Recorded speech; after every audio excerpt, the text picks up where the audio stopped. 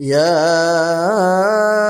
أيها الذين آمنوا كتب عليكم الصيام كما كتب على الذين من قبلكم لعلكم تتقون. السلام عليكم ورحمة الله وبركاته. الحمد لله وحده والصلاة والسلام على من لا نبي بعده، وأشهد أن لا إله إلا الله وحده لا شريك له، وأشهد أن محمدا عبده ورسوله، أما بعد. محترم حاضرین کرام اور خواتین اسلام، اللہ رب العالمین کا شکر اور احسان ہے کہ آج ہم نے مغربی تراویح مکمل کی ہے۔ اللہ سبحانہ وتعالیٰ سے دعا ہے کہ العالمین تو ہماری اس تراویح کی نماز کو شرف قبولیت عطا فرما اور اس نماز کو ہمارے لیے ذخیر آخرت بنا، آمین۔ آج کی تراویح کی نماز میں 20ویں پارے کا نصف اخیر آپ کے سامنے تلاوت کیا گیا، اور 20ویں پارے کا نصف اخیر جو ہے وہ سورہ قصص کی آخری آیات پر اور سورہ عنکبوت کی ابتدائی آیات پر مشتمل ہے۔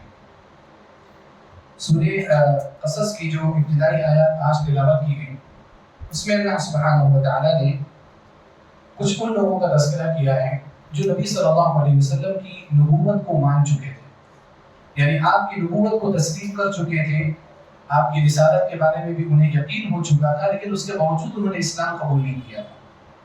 ان میں سے ایک تو ابو طالب تھے جو آپ کے چچا تھے، اور دوسرے کچھ ایسے لوگ تھے جن کا تذکرہ انشاءاللہ اس کے بعد آئے گا۔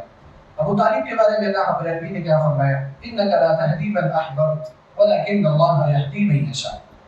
اے نبی صلی اللہ علیہ وسلم، آپ ان کو ہدایت نہیں دے سکتے جن کو آپ چاہیں، یعنی آپ اگر کسی کو اسلام پر لانا چاہتے ہیں، صراط مستقیم پر لانا چاہتے ہیں، تو آپ کی مشیت سے چیزیں نہیں ہوتی۔ وَلَكِنَّ اللَّهَ يَهْدِي مَن يَشَاءُ، البتہ اللہ رب العالمین جس کو چاہتا ہے اس کو ہدایت دیتا ہے۔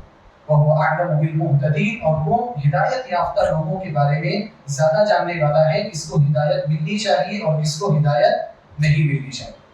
یہاں پر اس آیت میں مفسرین نے اتفاق کے ساتھ یہ بات نقل کی کہ اللہ رب العالمین نے یہاں نبی صلی اللہ علیہ وسلم کے چچا کی بات کی، ابو طالب کی بات کی، کیونکہ آپ صلی اللہ علیہ وسلم کی پوری کوشش تھی کہ ابو طالب اسلام قبول کریں، اور آپ نے اپنی زندگی میں ابو طالب کی زندگی بھر اسلام کی دعوت ان کے سامنے پیش کیا، اور حتیٰ کہ آخری وقت میں جب مرض الموت میں تھے ابو طالب، اس وقت بھی نبی صلی اللہ علیہ وسلم نے ان کے سامنے اسلام کی دعوت کو پیش کیا۔ لیکن آپ صلی اللہ علیہ وسلم نے جب کہا قُلْ يَا عَمْ لَا إِلَهَ إِلَّا اللَّهُ كَلِمَةً أُحَاجُّ لَكَ بِهَا عِندَ اللَّهِ، کہ چچا جان آپ لا الہ الا اللہ کہہ دیجئے، ایسا کلمہ جس کلمے کو میں اللہ تعالیٰ کے سامنے آپ کے لیے بطور دلیل پیش کروں گا۔ تو اسی وقت وہیں پر ابو جہل اور عبداللہ بن ابی امیہ بیٹھے تھے، انہوں نے یہ کہا أَتَرْغَبُ عَنْ مِلَّةِ عَبْدِ الْمُطَّلِبِ، کہ اے ابو طالب کیا تم عبد المطلب کا دین چھوڑ دو گے، یعنی اپنے ابا کا دین چھوڑ دو گے؟ عبد المطلب ان کے والد تھے۔ تو ابو طالب کے جو آخری جملے تھے، آخری جو کلمات تھے، وہ یہ تھے کہ أَنَا عَلَى مِلَّةِ عَبْدِ الْمُطَّلِبِ، کہ میں عبد المطلب کے دین پر ہوں۔ لا الہ الا اللہ انہوں نے نہیں کہا۔ اللہ کے رسول صلی اللہ علیہ وسلم کی پوری کوشش تھی کہ وہ لا الہ الا اللہ کہیں، اور ابو طالب جو ہے وہ نبی صلی اللہ علیہ وسلم کے قریب رہنے کی وجہ سے، آپ کی کفالت اور آپ کی پرورش اور آپ کی تربیت کرنے کی وجہ سے بہت حد تک وہ اسلام سے کنونس ہو چکے تھے، بہت حد تک انہیں اسلام کے اور نبی صلی اللہ علیہ وسلم کی رسالت اور نبوت کے بارے میں یقین ہو چکا تھا۔ لیکن بس بات وہی ہے اللہ رب العالمین کی مشیت کی۔ اللہ تعالیٰ کی مشیت جو ہے نا، وہ ہر ایک کی مشیت پر غالب رہتی ہے۔ اللہ تعالیٰ کس کو توفیق دینا چاہتا ہے وہ اللہ رب العالمین کے اوپر ہے۔ اب یہاں پر تھوڑا سا غور کر کے یا تھوڑا سا رک کر کے ہم سوچیں کہ اگر اللہ رب العالمین نے ہمیں ہدایت دیا، الحمدللہ انشاءاللہ ہم ہدایت پر ہیں، ہم صراط مستقیم پر ہیں۔ اللہ تعالیٰ نے اگر ہمیں ہدایت دی ہے، ہمیں اسلام کی توفیق دی ہے، اسلام کی توفیق دینے کے بعد صحیح منہج کی توفیق دی، صحابہ کرام سے محبت کرنے کی توفیق دی، علماء سے محبت کرنے کی توفیق دی، کتاب و سنت کو سب سے اوپر رکھنے کی توفیق دی ہے، تو اس میں صرف اور صرف اللہ رب العالمین کا کرم ہے، ہمارا اور آپ کا کچھ نہیں ہے۔ دیکھو نبی صلی اللہ علیہ وسلم کے ساتھ اتنا حسن سلوک، اتنا سپورٹ کرنے کے باوجود ان کو اسلام نصیب نہیں ہوا، ان کو کلمہ نصیب نہیں ہوا۔ ہم نے کیا کیا؟ کچھ بھی نہیں کیا نا۔ ہم نے کچھ کیا کہ ہمیں یہ چیزیں ملنی چاہیے تھی، یہ صرف اللہ کا فضل ہے، یہ صرف اللہ کی توفیق ہے۔ تو اللہ رب العالمین کی اس نعمت کا احساس ہمیشہ کرتے رہنا چاہیے، اور مزید اچھائی اپنے اندر پیدا کرنے کی کوشش کرنی چاہیے، گھمنڈ اور تکبر میں نہیں آنا چاہیے۔ دوسرے لوگوں کو بھی اس چیز کی توفیق دینے کے لیے ہمیں کوشش کرنی چاہیے دوسرے لوگوں کو بھی ہدایت یا ان کی رہنمائی کرنے کی کوشش کرنی چاہیے، کبھی تکبر نہیں کرنا چاہیے۔ تو کچھ لوگ ہوتے ہیں جن کو سب کچھ سمجھ میں آ جاتا ہے، لیکن اس کے باوجود بھی اللہ رب العالمین کی جانب سے ان کو ہدایت نہیں ملتی۔ یہاں پر ایک اور اہم بات ہے، وہ اہم بات یہ ہے کہ ہم نے تقدیر کے مسئلے میں سنا تھا، جو فجر کے بعد کے جو دروس چل رہے ہیں، کہ تقدیر پر ایمان 4 چیزوں پر ایمان کو کہا جاتا ہے۔ ان میں سے جو ایک چیز ہے مشیت، اللہ رب العالمین کی مشیت، اللہ رب العالمین کا چاہنا۔ اس میں یہ بات ذکر کی گئی تھی کہ اللہ سبحانہ و تعالیٰ کی مشیت سے ہی اس کائنات کے اندر چیزیں ہوتی ہیں۔ اگر پتا بھی ہلتا ہے تو اللہ کی مشیت سے اور اس کی چاہت سے۔ اگر آپ مسلمان ہوئے ہیں تو اللہ کی مشیت اور اس کے ارادے سے مسلمان ہوئے۔ تو اللہ رب العالمین کی مشیت سارے لوگوں کی مشیت پر غالب ہے۔ وَمَا تَشَاءُونَ إِلَّا أَن يَشَاءَ اللَّهُ رَبُّ الْعَالَمِينَ۔ تم اس وقت تک کسی بات کو نہیں چاہ سکتے جب تک کہ اللہ سبحانہ و تعالیٰ نہ چاہے، اور اللہ رب العالمین کی مشیت ہم جیسے لوگوں کی مشیت پر غالب ہے ہی، ساتھ ہی ساتھ امام الانبیاء خاتم الانبیاء کی مشیت پر بھی غالب ہے۔ اس سے یہ پتہ چلتا ہے کہ اللہ رب العالمین اور محمد صلی اللہ علیہ وسلم کے درمیان فرق ہے۔ اللہ ہے اور محمد صلی اللہ علیہ وسلم وہ نبی ہے، وہ رسول ہے، وہ اللہ نہیں ہو سکتے کبھی۔ آپ کا مقام سب سے بلند ہے انسانوں میں، سب سے سید اولاد آدم ہے، آپ اولاد آدم کے سردار ہیں، پھر بھی آپ اللہ نہیں۔ اس عقیدے کو سمجھنے کی آج ضرورت ہے۔ آج یہ کہا جاتا ہے، ایک جملہ مشہور کیا جاتا ہے، حالانکہ وہ حدیث نہیں ہے لیکن حدیث کہہ کر کے اس کو پیش کیا جاتا ہے کہ لولاک لما خلقت الافلاک، کہ اللہ رب العالمین نے محمد صلی اللہ علیہ وسلم سے کہا کہ اگر آپ نہیں ہوتے تو میں اس کائنات کو ہی نہیں پیدا کرتا۔ کتنا مبالغہ کیا جائے کہ اگر آپ نہیں ہوتے تو میں اس کائنات کو ہی پیدا نہیں کرتا۔ کیا اس کائنات کو محمد صلی اللہ علیہ وسلم کی وجہ سے پیدا کیا گیا؟ اب یہ جو بات کہی جا رہی ہے، آپ اس کو قرآن پر توڑ کے دیکھ لیں، کیا یہ بات صحیح سمجھ میں آتی ہے؟ اللہ نے کیا فرمایا؟ وَمَا خَلَقْتُ الْجِنَّ وَالْإِنسَ إِلَّا لِيَعْبُدُونِ۔ میں نے جناتوں اور انسانوں کو اپنی عبادت کے لیے پیدا کیا ہے۔ تو اللہ تعالیٰ نے اپنی عبادت کے لیے پیدا کیا۔ محمد صلی اللہ علیہ وسلم بہت اہم ہے، لیکن ایسا نہیں ہے کہ آپ نہ ہوتے تو کائنات کی پیدائش نہ ہو۔ اگر ایسا تھا تو نبی صلی اللہ علیہ وسلم کی چاہت تھی ان کے چچا کو اسلام نصیب ہو، کیوں نہیں اسلام نصیب ہوا؟ یہاں پر اللہ رب العالمین ظاہر کرنا چاہتا ہے کہ دیکھو انسان کتنا بھی بڑھ جائے اللہ تعالیٰ سے آگے نہیں جا سکتا، آگے کیا جانے کے بعد اللہ کے قریب بھی نہیں پہنچ سکتا۔ اللہ خالق ہے، اس کے علاوہ جتنی بھی چیزیں ہیں سب مخلوق، محمد صلی اللہ علیہ وسلم بھی مخلوق، ہم اور آپ بھی مخلوق۔ لہذا ہمیں محمد صلی اللہ علیہ وسلم سے محبت کرنی ہے، ان کی عزت کرنی ہے، ان کا احترام کرنا ہے، لیکن ان کی ذات میں، ان کی تعریف میں اتنا مبالغہ نہیں کرنا ہے کہ ان کو اللہ رب العالمین کے برابر کھڑا کر دیا جائے۔ اور خود نبی صلی اللہ علیہ وسلم نے اس بات کی ہمیں تعلیم دی ہے۔ آپ نے فرمایا لا تطرونی کما اطرت النصارى ابن مریم، کہ اے لوگوں تم میری شان میں اتنے مبالغے مت کرنا کہ جس طرح سے عیسائیوں نے حضرت عیسیٰ علیہ السلام کی شان میں مبالغہ کیا۔ عیسیٰ علیہ السلام کی شان میں جب کرسچنز نے مبالغہ کیا تو کسی نے ان کو اللہ کا بیٹا کہہ دیا، کسی نے ان کو 3 میں کا تیسرا کہہ دیا، اور کچھ لوگوں نے تو حد کر دی، انہی کو اللہ رب العالمین قرار دے دیا۔ اللہ سبحانہ وتعالیٰ نے ایسے لوگوں کو کافر قرار دیا۔ نبی صلی اللہ علیہ وسلم نے فرمایا کہ میری شان میں تم لوگ اس طرح سے مبالغہ نہیں کرنا، انما انا عبد، میں ایک اللہ کا بندہ ہوں، فقولوا عبد اللہ ورسول۔ لہذا اگر تم میری تعریف کرنا چاہتے ہو تو میری تعریف کے بارے میں صرف اتنا کہو کہ وہ اللہ کے بندے اور اس کے رسول ہیں۔ اللہ کا بندہ کہنا ایک بہت بڑی بات ہے۔ اللہ کی بندیت جو ہے یعنی العبدیت، یہ اتنا بڑا شرف ہے کہ آپ اس کا تصور بھی نہیں کر سکتے۔ اور اس شرف کے بارے میں میں نے پہلے بھی گفتگو کی، لیکن اگر اس طرف میں جاؤں گا تو بات لمبی چلی جائے۔ آگے کی طرف میں بڑھتا ہوں۔ میں نے کیا کہا تھا کہ کچھ لوگ نبی صلی اللہ علیہ وسلم کی رسالت کو ماننے کے باوجود اسلام قبول نہیں کر سکے، تو ان میں تو ایک ابو طالب تھے۔ اس کے بعد کچھ ایسے لوگوں کا تذکرہ کیا ہے اللہ رب العالمین نے جنہوں نے نبی صلی اللہ علیہ وسلم کی نبوت کو سمجھ لیا، رسالت کو سمجھ لیا، لیکن بیکار کے بہانے بنا کر کے وہ لوگ نبی صلی اللہ علیہ وسلم پر ایمان نہیں لا سکے۔ وہ بیکار کے بہانے کیا تھے؟ فرمایا اللہ نے وَقَالُوا إِن نَتَّبِعِ الْهُدَى مَعَكَ نُتَخَطَّفْ مِنْ أَرْضِنَا، کچھ کافروں نے کہا، کچھ مشرکوں نے کہا کہ اگر ہم آپ کے ساتھ ہدایت کی پیروی کریں گے، یعنی اگر ہم آپ کے بتائے ہوئے اسلام پر آ جائیں گے، اگر ہم آپ کے بتائے ہوئے دین پر آ جائیں گے، نُتَخَطَّفْ مِنْ أَرْضِنَا، تو ہمیں مکہ سے اچک لیا جائے گا، کڈنیپ کر لیا جائے گا۔ یعنی دیکھو مکہ میں حالات خراب تھے، جب نبی صلی اللہ علیہ وسلم دعوت پیش کر رہے تھے تو مکہ میں حالات خراب تھے، لیکن اتنے بھی زیادہ خراب نہیں تھے کہ یہ باتیں کہی جانے لگی کہ ہمیں کڈنیپ کر لیا جائے گا. نتخطف من ارضنا، ان کو کچھ لوگ تھے ساری چیزیں سمجھ میں آ رہی لیکن بیکار کا بہانہ بنا. نتخطف من ارضنا، ہمیں ہماری زمین سے اچک لیا جائے گا، ہمیں کڈنیپ کر لیا جائے گا، ہمیں نظر بند کر دیا جائے گا، بیکار کے بہانے بنا. اللہ رب العالمین نے کیا فرمایا؟ اولم نمکن لهم حرما آمنا یجبى الیہ ثمرات کل شیء رزقا من لدنا، کیا ہم نے ان کو حرم نہیں دیا؟ امن والا حرم، یہ جو خانہ کعبہ ہے، مکہ ہے، کیا ہم نے ان کو یہ نہیں دیا؟ یہ امن والا حرم ایسا ہے کہ یجبى الیہ ثمرات کل شیء، ہر جگہ کی یعنی ہر چیز کا پھل یہاں پر پہنچایا جاتا ہے. رزقا من لدنا، جو کہ ہماری جانب سے رزق ہے مکہ والوں کے لیے.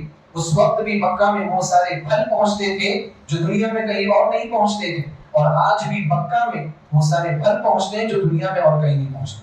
دنیا کے سارے پھل مکہ پہنچتے ہیں، اور کوئی علاقہ ایسا نہیں ہے کہ جہاں دنیا کے سارے پھل پہنچے. لیکن اللہ رب العالمین نے وہاں کی خصوصیت رکھی، یجبى الیہ ثمرات کل شیء رزقا من لدنا. تو جب مکہ کا یہ حال ہے کہ وہ امن والا علاقہ ہے، وہاں پر جو آتا ہے وہ معمول ہو جاتا ہے، محفوظ ہو جاتا ہے. ٹھیک ہے تھوڑے بڑے حالات خراب ہیں، لوگ ٹارچر کر رہے ہیں، لوگ ظلم کر رہے ہیں، لوگ مار دیتے ہیں کسی کو، لیکن اتنے بھی زیادہ حالات خراب نہیں ہے کہ تم یہ کہنے لگو کہ ہمیں اچک لیا جائے گا، ہمیں کڈنیپ کر لیا جائے. مکہ میں جو ظلم کی داستانیں ہیں اسلام قبول کرنے والوں کے لیے، اکثر و بیشتر کن لوگوں کے اوپر ظلم کیا جاتا تھا؟ غلاموں کے اوپر کیا جاتا تھا، کمزور طبقے کے اوپر کیا جاتا تھا، ضعیفوں کے اوپر کیا جاتا تھا. جو لوگ یہ بہانے بنا رہے تھے وہ بڑے بڑے لوگ تھے، بڑے بڑے خاندان کے لوگ تھے، قریش کے لوگ تھے. ان کو کون ٹچ کرتا؟ عمر بن خطاب رضی اللہ تعالیٰ عنہ نے اسلام قبول کیا، کسی نے ٹچ کیا ان کو؟ ابو بکر صدیق رضی اللہ تعالیٰ عنہ نے اسلام قبول کیا، درمیان میں رہے، کسی نے ٹچ کیا؟ جب ہجرت حبشہ کی طرف جب ہجرت ہو رہی تھی، ابو بکر رضی اللہ تعالیٰ عنہ بھی نکل کر کے جانے لگے، میں بھی نہیں رہوں گا تمہارے مکہ میں. جیسے نکلے مکہ کے بس باہر نکلنے والے تھے کہ مکہ کا ایک سردار ابن الدخینہ نام کا ان کو پکڑ لیا. ابو بکر رضی اللہ تعالیٰ عنہ کہاں جا رہے ہیں بھئی؟ تم لوگ یہاں پر رہنے نہیں دے رہے، رہنا دو بند کر دیا ہے تم نے. نہ ہم نماز پڑھ سکتے ہیں، نہ ہم کلمے کی دعوت دے سکتے ہیں، اس مکہ میں رہنا ہی نہیں چاہتا ہوں، میں نکل کر کے جا رہا ہوں. ابن الدخینہ نے کیا کہا؟ کافر تھا وہ، مسلمان نہیں تھا. اس نے کہا کہ اگر آپ مکہ میں نہیں رہ سکتے نا تو مکہ میں کوئی بھی رہنے کا حقدار نہیں. کون رہے گا مکہ میں؟ آپ جیسا شخص اگر نہیں رہے گا تو مکہ میں کون رہے گا؟ اور کون نکال رہا ہے آپ کو؟ چلیے میں آپ اس کے ساتھ بات کرتا ہوں. ابن الدخینہ آیا ابو بکر رضی اللہ تعالیٰ عنہ کو لے کر کے، اور جتنے بھی بڑے بڑے سرداران تھے اور جتنی بھی بڑی بڑی مجلسیں ہوا کرتی تھی مکہ میں، وہ ساری مجلسوں کے پاس گیا ابن الدخینہ اور کہا کہ یہ دیکھو یہ ابو بکر ہے، ان کو کوئی بھی پریشان نہیں کرے گا، ان کو کوئی بھی ہراساں نہیں کرے گا، ان کو کوئی بھی تکلیف نہیں دے گا، میں نے ان کو بنا دی، کوئی نہیں ٹچ کرے گا. ابو بکر رضی اللہ تعالیٰ عنہ رہ رہے. تو یہ لوگ جو بہانے بنا رہے تھے، بیکار کے بہانے تھے کہ نہیں تھے؟ اسلام قبول کرتے اور اچھے سے اپنے خاندان کے درمیان رہتے. اس لیے اللہ نے فرمایا وَلَكِنَّ أَكْثَرَهُمْ لَا يَعْلَمُونَ، ان میں سے اکثر لوگوں کو معلوم ہی نہیں ہے کہ اسلام کیا ہے. اسلام کے بارے میں جان گئے لیکن اس کے حقانیت کے بارے میں پتہ نہیں. ان کو کیا چاہیے؟ اپنی پہلے دنیا کی سیفٹی چاہیے، لائف ان کی محفوظ ہونی چاہیے، اس کے بعد پھر یہ اسلام کی طرف آئیں. ایسا نہیں ہے. اللہ نے کیا فرمایا؟ اگر دنیا کی حفاظت کی طرف جاتے ہو، دنیا کو زیادہ مقدم رکھتے ہو تو ذرا غور کرو. وَكَمْ أَهْلَكْنَا مِنْ قَرْيَةٍ بَطِرَتْ مَعِيشَتَهَا، ہم نے کتنی بستی والوں کو ہلاک کیا جنہوں نے اپنی زندگیوں کو سب کچھ سمجھ لیا تھا، جنہوں نے اپنی زندگیوں کو دیکھ کر کے تکبر اختیار کیا تھا، گھمنڈ اختیار کیا تھا، جن کو دنیا کی زندگی ہی سب سے بہترین زندگی لگتی تھی، ہم نے ان کو اٹھا کر کے تباہ بارہ کر دیا، ان کو برباد کر دیا. ایسا برباد کیا کہ ان کا نام و نشان نہیں ہے، نام و نشان نہیں ہے. فَتِلْكَ مَسَاكِنُهُمْ لَمْ تُسْكَنْ مِنْ بَعْدِهِمْ إِلَّا قَلِيلًا، آج ان کے صرف گھر موجود ہیں، آج ان کے صرف شہر موجود ہیں، اور وہ شہر بھی ایسے ویران ہیں کہ ان کے ہلاک ہونے کے بعد کوئی وہاں رہنے کو بھی تیار نہیں. اللہ سبحانہ وتعالیٰ نے کہا کہ ان لوگوں نے زندگیوں کو مقدم کیا تھا، اپنی لائف کو اہمیت دی تھی. اللہ رب العالمین نے ایسا عذاب ان کے اوپر نازل کیا، ان کی بستی کے اوپر، کہ نہ تو وہ اپنی بستی میں رہ سکے اور نہ ہی ان کے جانے کے بعد، اللہ کے عذاب کے آنے کے بعد ان کی بستی اس لائق رہی کہ کوئی وہاں پر بسے. آج بھی جو بستیاں ہیں جن پر اللہ سبحانہ وتعالیٰ کا عذاب نازل ہوا، وہاں لائف نہیں ہے، وہاں زندگی نہیں ہے، وہاں کوئی نہیں بستا. کیا مسلمان کیا کافر کوئی بس ہی نہیں سکتا، جاتے ہیں لوگ وہاں پر، لیکن وہاں پر بسنا، وہاں پر زندگی گزارنا یہ چیز ممکن نہیں، اور یہ چیز کوئی کر بھی نہیں سکتا. اللہ کے رسول صلی اللہ علیہ وسلم جب مدائن صالح کے پاس سے گزر رہے تھے، حضرت صالح علیہ السلام کا جو علاقہ ہے، جب تبوک کی طرف جاتے تھے، بیچ میں وہ پڑتا ہے، آج بھی وہ سعودی عرب کا علاقہ ہے.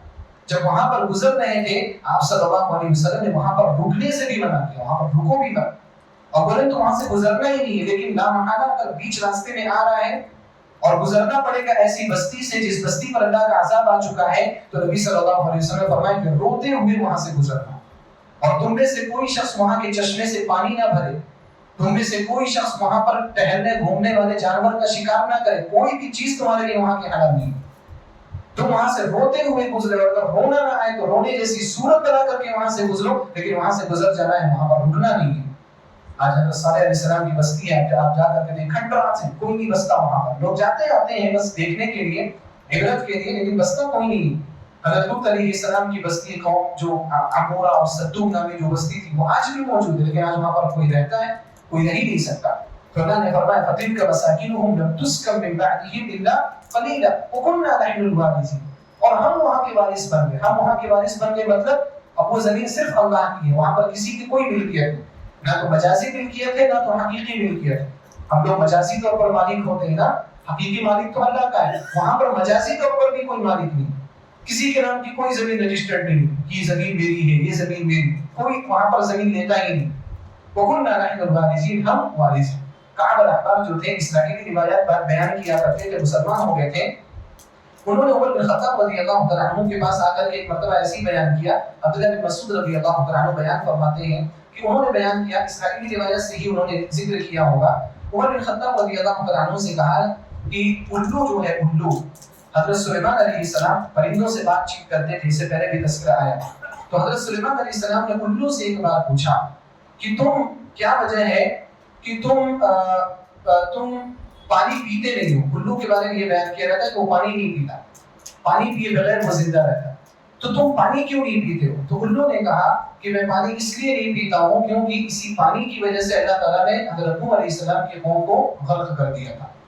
پھر اس کے بعد حضرت سلیمان علیہ السلام نے اس سے پوچھا کہ پھر تم دانے کیوں نہیں کھاتے ہو، جو گیہوں چاول وغیرہ ہے یہ سب تم کیوں نہیں کھاتے؟ تو الو نے کہا کہ یہ جو دانے ہیں، ان دانوں کی وجہ سے انسان، ان دانوں کی وجہ سے حضرت آدم علیہ السلام جو ہیں وہ جنت سے زمین کی طرف اتر گئے، یعنی اللہ رب العالمین نے ان کو درخت کا پھل کھانے سے منع کیا تھا، اور وہ شجرہ کا لفظ ہے، درخت کے پھل میں کیا تھا علماء کا اختلاف ہے، تو اس نے کہا، الو نے کہا کہ اس دانے کو کھا کر کے حضرت آدم علیہ السلام جنت سے زمین میں اتر گئے تھے، اس لیے میں یہ دانہ نہیں کھاتا۔ تو پھر سلیمان علیہ السلام نے پوچھا اچھا تم پھر ویرانے میں کیوں رہتے ہو، ایسی جگہ رہتے ہو جہاں کوئی نہیں رہنا پسند کرتا؟ تو اس الو نے کہا کہ میں ایسی جگہ اس لیے رہتا ہوں کیونکہ وہاں کا حقیقی وارث صرف اللہ ہوتا ہے، کسی کی کوئی ملکیت وہاں پر نہیں ہوتی۔ وَكُنَّا نَحْنُ الْوَارِثِينَ کی تفسیر میں حافظ ابن کثیر رحمہ اللہ نے اس بات کو ذکر کیا، ابھی اسرائیلی روایات میں ہے، اس کی حقیقت ہے یا نہیں ہے، لیکن یہ بتانے کے لیے کافی ہے کہ وَكُنَّا نَحْنُ الْوَارِثِينَ کا حقیقی مطلب کیا ہے کہ اللہ رب العالمین ہی مستقل کا وارث ہے۔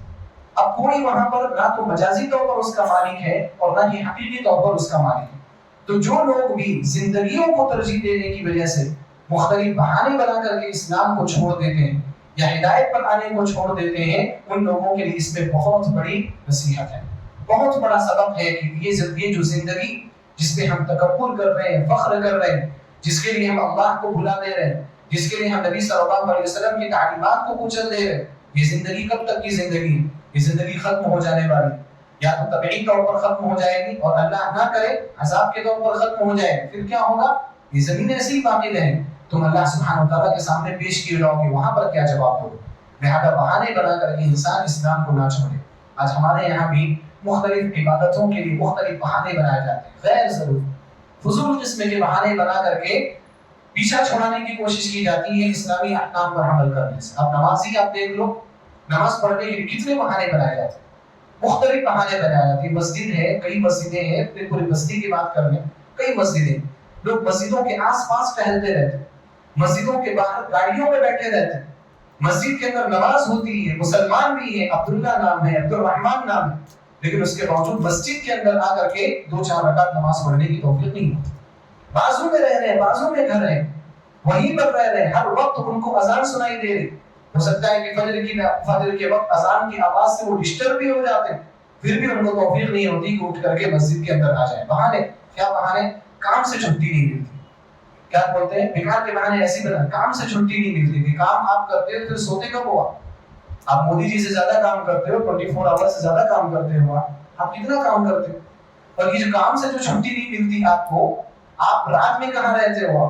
دن بھر انسان کام کرتا ہے, دن بھر تو کوئی پوچھتا نہیں ہے آپ کو ظہر میں کہاں ہو, عصر میں کہاں ہو, مغرب میں کہاں ہو, عشاء میں کہاں ہو, کوئی نہیں پوچھتا. فجر میں کہاں ہو بھیا؟ آپ فجر میں کون سا کام کر رہے ہو؟ کوئی چوکیداری آپ کر رہے ہیں, نائٹ شفٹ ہے آپ کی, کہیں جا کر کے آپ کو پہرا دینا ہوتا ہے؟ ایسا نہیں, بیکار کے بہانے انسان بناتا ہے. کچھ لوگوں کو نماز کے لیے بولو, استنجا سے نہیں, یعنی ناپاک ہے, ناپاک ہے وہ انسان, مسلمان ہو کر کے ناپاک گھوم رہا ہے, ایسی گھوم رہا ہے. اسی حالت میں اس کی موت آ گئی تو پھر کیا ہوگا؟ پھر ہم لوگ اس کو غسل دیں گے اور اس کی نماز جنازہ پڑھیں گے اور اس کی مغفرت کے لیے اثار ثواب کریں گے, پتہ نہیں کیا کیا کریں گے. وہ انسان ناپاک ہو کر کے گھوم رہا ہے, بیکار کے بہانے, بیکار کے کام. تو دیکھو, بیکار کے بہانے بنانے سے بچو. اللہ سبحانہ و تعالیٰ ساری چیزوں کو جانتا ہے. آپ جو بھی عذر پیش کر رہے ہو کسی کے سامنے کہ میں یہ کام اس لیے نہیں کر پا رہا ہوں, میں یہ کام اس لیے نہیں کر پا رہا ہوں, آپ سامنے والے کو مطمئن کر سکتے ہو سکتا ہے سامنے والا آپ کو کچھ بھی نہ بولے, لیکن اللہ تعالیٰ علیم بذات الصدور, وہ سینے کی باتوں کو بھی جاننے والا, وہ اندر سے اندر کی چیزوں کو بھی جاننے والا. اللہ تعالیٰ کو دھوکہ نہیں دے سکتے. اللہ تعالیٰ کو دھوکہ دینے کی کوشش کرنا منافقین کا کام ہے. اللہ نے فرمایا یخادعون اللہ والذین آمنوا وما یخدعون الا انفسهم وما یشعرون. منافقین کیا کرتے تھے؟ جب مسلمانوں کے ساتھ رہتے تھے تو مسلمانوں کو چاہتے تھے کہ تم بڑے اچھے ہو, تم یہ ہو, تم وہ ہو.